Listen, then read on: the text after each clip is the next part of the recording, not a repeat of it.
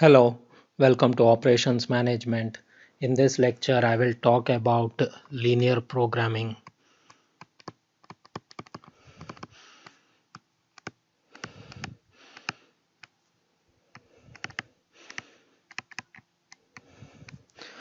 So, linear programming, it consists of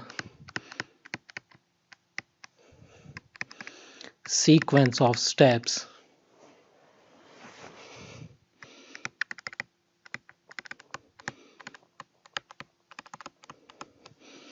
that will lead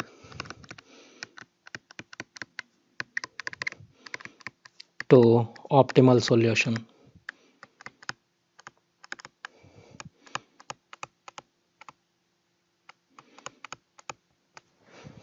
So, optimal means best solution.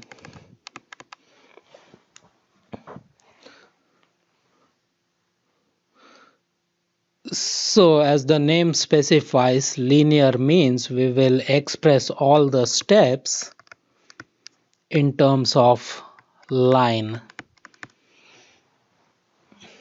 So that means it will have a power of 1.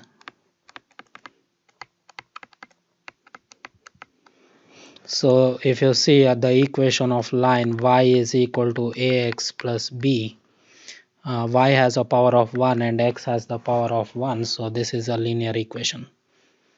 So we will be expressing all the equations in terms of power 1. So there are two steps that happen in linear programming. One is called formulating the problem. So that means you will write formulas. So you will be writing formulas. And the second step is solving the problem.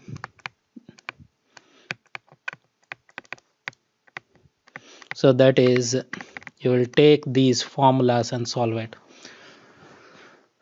So formulating the problem has the following steps.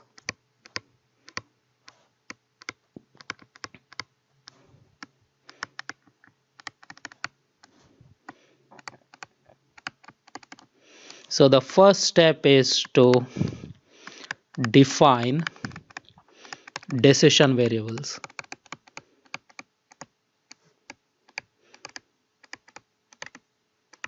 So this means what are we trying to determine? Decision variables is what are we trying to determine or decide.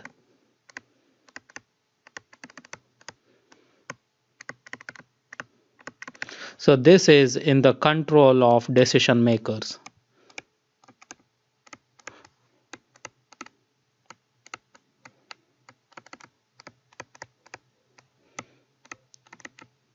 So if we wanted to manufacture chairs, then how many to manufacture is in the control of the manufacturing company. So that is how you can think about. So how many chairs is your decision.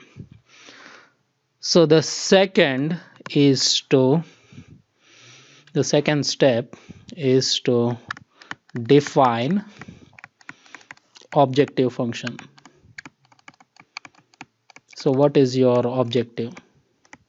So this objective function can be profit,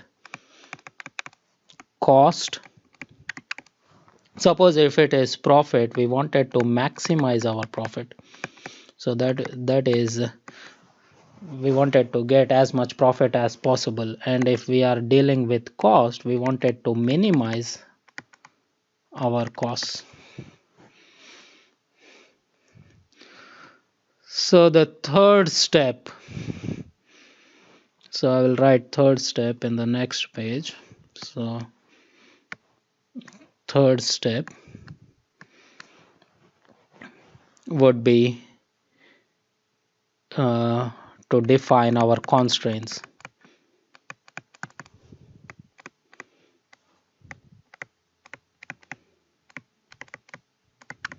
So constraints means limitations to resources.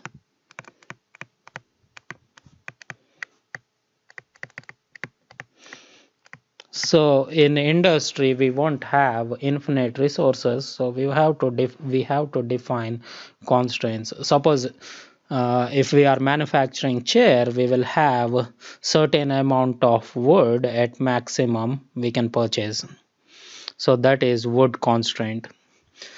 And then finally we will have non-negativity constraints.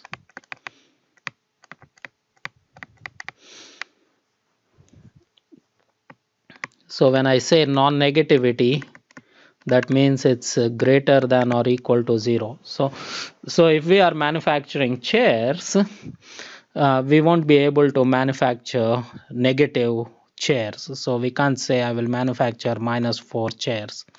So this is wrong. So anything 0 and above is feasible in manufacturing. So these are the steps that are used for formulation. So once we have these steps, we will solve the problem. So there are two methods that can be used to solve the problem. One is a graphical method and the other is solver.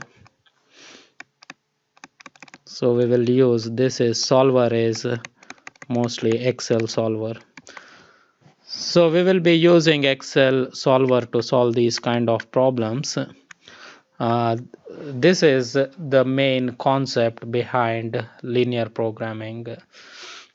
This concludes my lecture on the theory of linear programming. Thank you.